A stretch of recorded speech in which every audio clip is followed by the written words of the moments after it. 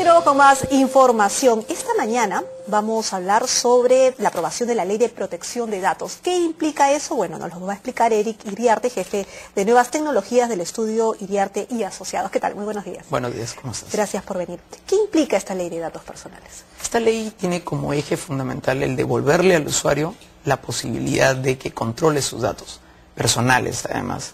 Que él pueda decidir qué es lo que van a hacer o no van a hacer con sus datos, pero que además tenga la facilidad de poder ser utilizados estos datos dentro del mercado con un respaldo legal detrás, que es, yo entregué mi dato personal, sé que lo que van a hacer, hay una finalidad detrás, y si no lo utilizan adecuadamente, también lo puede revocar esta autorización. A ver, hablemos primero para lo que les interesa a la gente. Antes había determinados riesgos cuando no existía esta ley.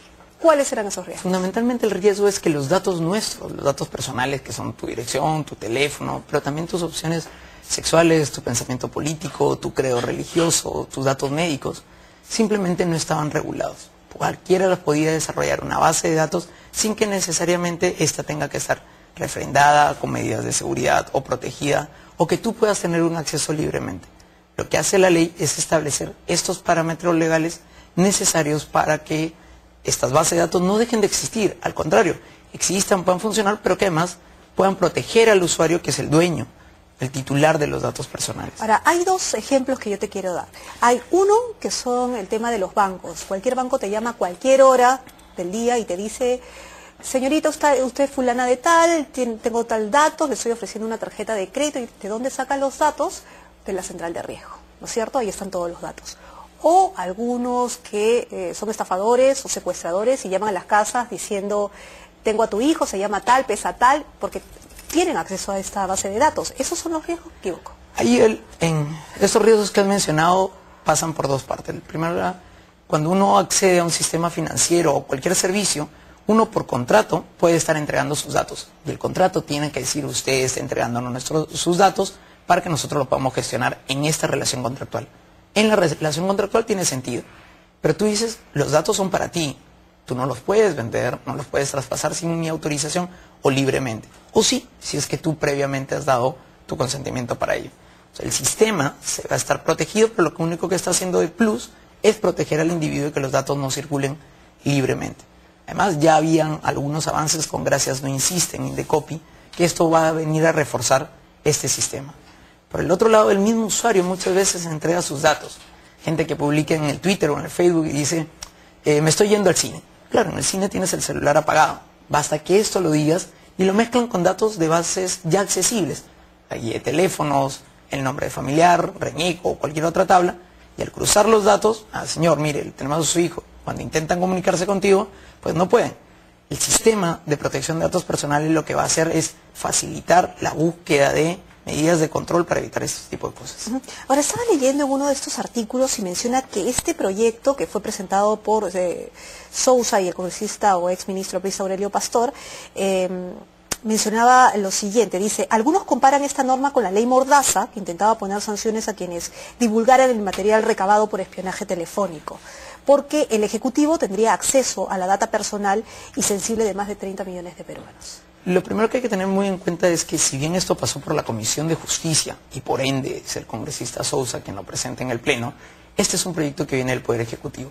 Para hacer el proyecto, en primer lugar, han pasado casi 8 años, han pasado por diversos debates y se ha llegado a presentar el año pasado por el Ejecutivo. Entonces no es un proyecto de un par de congresistas, en realidad es un proyecto del Estado, del Poder Ejecutivo.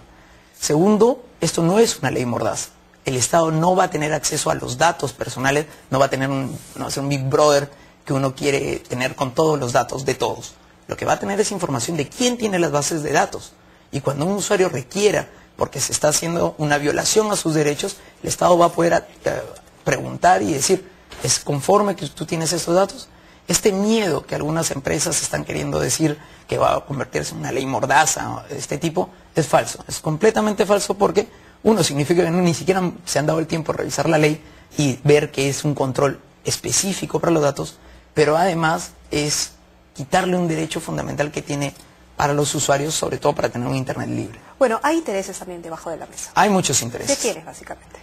Hay muchos intereses que lo que quieren es precisamente no tener normas de control, porque con las normas de control les exigen ni siquiera soluciones técnicas distintas, sino que le informen al usuario qué datos se están recolectando o qué van a hacer con los datos. Las centrales de riesgo, por ejemplo. Las centrales de riesgo tienen su propia legislación y están basadas en unas relaciones contractuales. La misma ley tiene una normativa de excepción para ellos. También hay base de datos de historias clínicas, hay base de datos de RENIEC mismo, hay base de datos de una diversidad de compañías de Internet y fuera de Internet, con lo cual no se van a ver vulnerados sus derechos, pero sí se van a ver protegidos lo de los usuarios. Ahora, esta ley de protección de datos le da luz verde de alguna manera al tema del call center.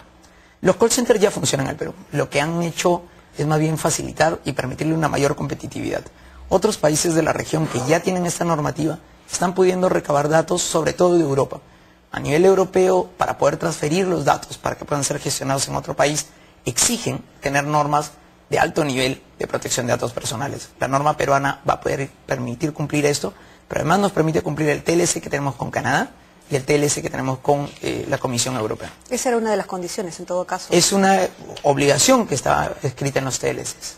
Ahora, ¿por qué el call center acá sería, digamos, tendría más ventajas de alguna manera y esta ley ayudaría? Fundamentalmente, de acuerdo a lo que dice la Asociación Peruana de Centro de Contacto, tenemos un lenguaje neutro, tenemos mayor amabilidad para tratar a las personas, estamos en un mercado creciente, hay espacios para poder desarrollar esto y además es primer empleo. Se calcula crear unos casi 40.000 posiciones, esto se multiplica por 3, porque son 3 turnos, que es muchísima cantidad de personas trabajando en los primeros años. Esto es además primer empleo, emplea jóvenes, es realmente una actividad que también beneficia a toda la población. Pero eso es la parte económica, la parte real de la protección de datos, tema constitucional, principista, de protección de todos, ¿no? ¿Y cuáles son las sanciones, en todo caso, cuando uno va en contra de esta ley de datos? Va a haber una gama de sanciones establecidas en la ley, y esa además fue una de las mejoras con respecto al proyecto del Poder Ejecutivo, que van de leves, graves y muy graves, que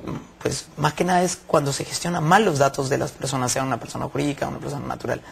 La gama está dentro de la ley, son muy pequeñas, una amonestación hasta una sanción más pecuniaria. Si van en contra mía, por ejemplo, utilizando mis datos sin consentimiento, ¿yo dónde voy?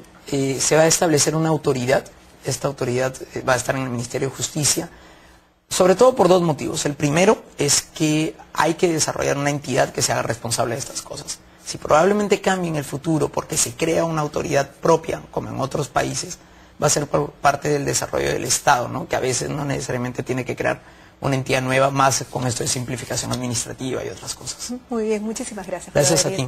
Por venir a De 6 a 9 a contarnos un poco sobre esta ley de protección de datos, para qué nos sirve finalmente y cuáles son las ventajas que nos traerá. Conversamos con Eric Iriarte, jefe de nuevas tecnologías del estudio Iriarte y Asociados. Hacemos una pausa, volvemos.